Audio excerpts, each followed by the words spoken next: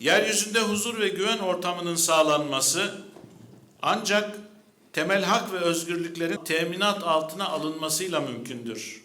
Bu yüzden İslam, bütün insanların yaratılıştan sahip oldukları hak ve hürriyetleri din, dil, ırk, cinsiyet gibi bir ayrıma tabi tutmaksızın dokunulmaz kabul etmiş, bunlara yönelik haksız saldırılara karşı da dini, hukuki ve ahlaki müeyyideler ortaya koymuştur. Medeniyet literatürümüzde zarurat-ı hamse olarak ifade edilen canın, malın, aklın, neslin ve dinin korunması bu kapsamdadır. Bu sebeple İslam'a gönül veren, ilahi vahye rağm olan ve peygamberlerin kutlu mirasına sahip çıkan her Müslüman, evrensel insani değerlerin en tabii savunucusudur. Müslüman, tüm insanların hak ve özgürlüklerini mukaddes bilir. Dünyadaki herkesin barış, güven ve huzur ikliminde onurlu bir hayat yaşaması için çalışmayı inancının bir gereği kabul eder. Buna mukabil insanların temel hak ve özgürlüklerini sınırlandıracak haksızlıkları, baskı, tehdit, şiddet gibi olumsuzlukları ortadan kaldırmak için mücadele etmeyi de asli bir sorumluluk olarak görür. Değerli katılımcılar, malumunuz olduğu üzere İslam'ın yüce hakikatlerinin ve evrensel ilkelerinin hayata tatbik edildiği dönemlerde insanlar temel hak ve özgürlüklerini tam anlamıyla elde etmenin huzurunu yaşamışlardır. İslam medeniyet havzasında istedikleri dini serbestçe seçme ve o dinin kurallarını uygulama konusunda hiç kimse hiçbir müdahale ve sınırlamaya maruz kalmamıştır.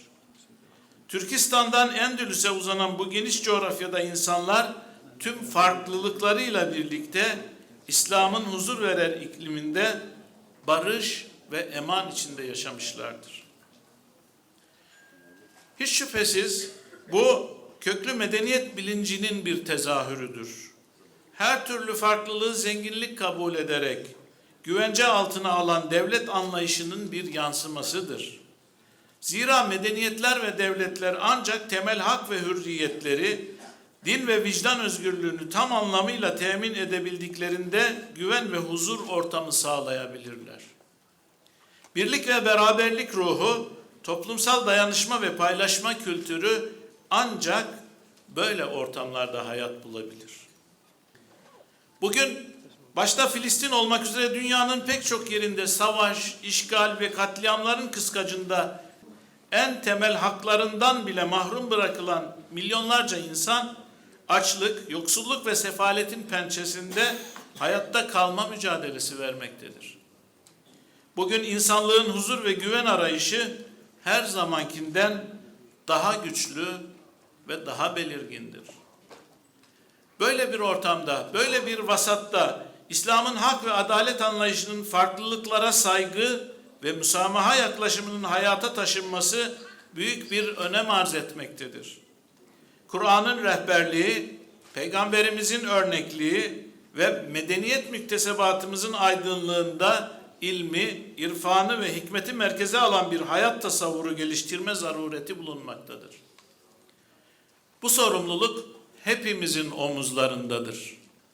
Onun için İslam ülkelerindeki dini kurum ve kuruluşların işbirliğini geliştirmeleri ve özellikle din eğitimi ve din hizmeti alanında müşterek çalışmalar yapmaları son derece mühimdir. Bu duygu ve düşüncelerle sözlerime son verirken, bugün burada din-devlet ilişkileri temasıyla ikincisi düzenlenen Azerbaycan Din Adamları Forumu'nun Müslümanların birlik ve beraberliğine, insanlığın huzur ve selametine vesile olmasını Yüce Rabbimizden niyaz ediyorum.